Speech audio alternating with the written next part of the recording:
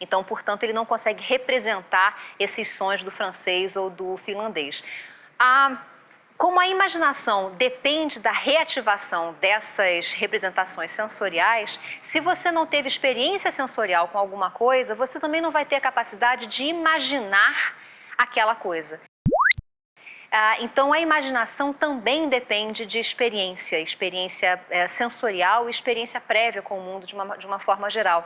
Uma ilustração muito bacana e muito eloquente dessa limitação que a imaginação, a criatividade tem pela experiência prévia é uma charge de um cartunista americano, o Gary Larson, que ele desenha o que seria um disco voador para o ser humano pré-histórico. Então você vê o homem das cavernas saindo lá amarrado em peles da sua caverna e um disco voador na frente dele, muito tosco, feito de paus e pedras, que era justamente o que fazia parte das experiências sensoriais das pessoas naquela época. Radicalmente diferente de como a gente imagina hoje um disco voador feito de metais reluzentes e brilhantes e luzinhas piscando e coisas em movimento.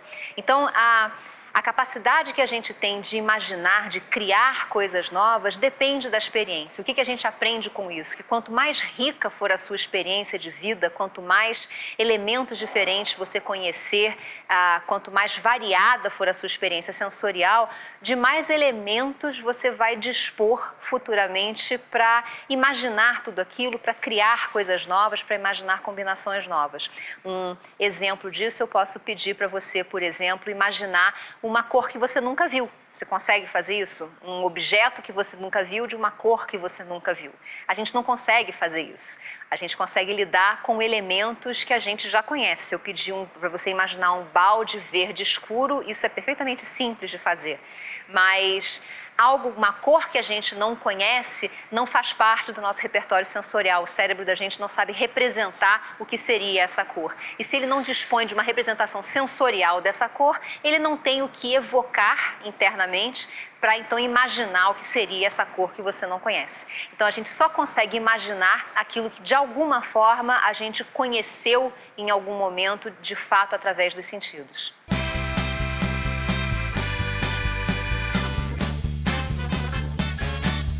Um dos conceitos novos mais importantes que a neurociência tem nas últimas décadas é o da reorganização funcional, quer dizer, a capacidade que o cérebro tem de se adaptar, de modificar a maneira como ele processa a informação, sobretudo quando ele sofre insultos, quando ele sofre lesões, como, por exemplo, derrames ou pancadas muito fortes, ou até doenças que perturbem a estrutura e a função de regiões específicas do cérebro.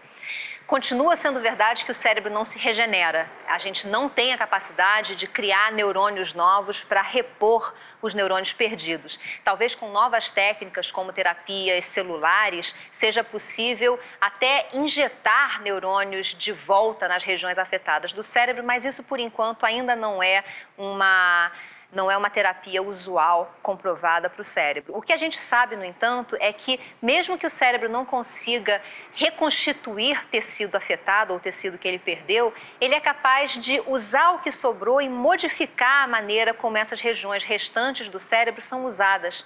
E a base disso é o uso.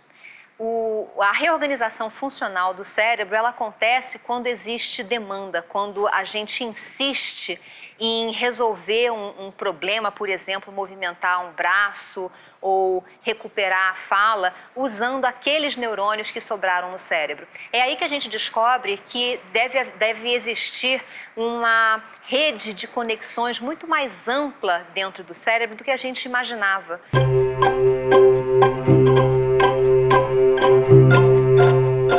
E essa rede, essas conexões entre neurônios, elas são capazes de se reorganizar e redistribuir funções, assumir novas funções, desde que haja uso. Por exemplo, uma das terapias mais eficazes hoje em dia é uma técnica de fisioterapia que se chama uso forçado. Uma técnica que à primeira vista soa cruel, porque a base dela é justamente forçar o uso daquela parte do corpo que você perdeu por causa de uma lesão. Por exemplo, a pessoa que sofre um derrame que impede os movimentos da mão esquerda. Geralmente essa pessoa abandona totalmente o uso do braço esquerdo porque ela não consegue mais movimentar de maneira coordenada a mão esquerda. O que a terapia de uso forçado faz? Ela imobiliza a mão boa, no caso a mão direita, e força a pessoa a usar a mão esquerda, força o cérebro dessa pessoa a se reorganizar, redistribuir funções para que ele continue conseguindo movimentar a mão esquerda. O resultado da terapia de uso forçado é fabuloso. A pessoa recupera uma função que ela achava que não existia mais de maneira alguma e tem uma melhora muito rápida.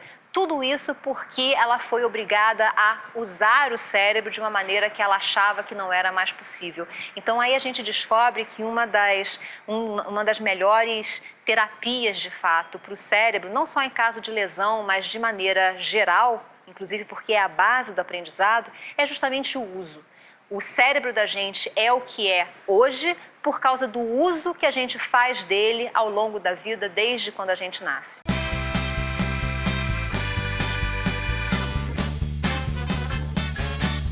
Se a gente fosse escrever um guia do proprietário para o cérebro, então esse guia deveria começar com algumas informações básicas sobre o cérebro que a gente tem, e uma delas é que esse cérebro justamente custa muito caro. Ele custa caro em energia, por isso é importante que a gente se alimente bem e com uma quantidade calórica suficiente para manter o metabolismo do cérebro. Ele custa caro em investimento, porque afinal de contas tudo que a gente faz ao longo da vida deixa as suas marcas no cérebro. Tudo que a gente faz, tudo que a gente aprende, modifica o cérebro e faz da gente o que nós somos. Portanto, a melhor maneira de cuidar do cérebro além de investir na saúde dele, na alimentação correta, é usar esse cérebro muito bem. Quanto mais a gente usa o cérebro, melhor ele fica e com mais capacidade para continuar aprendendo e fazendo coisas novas.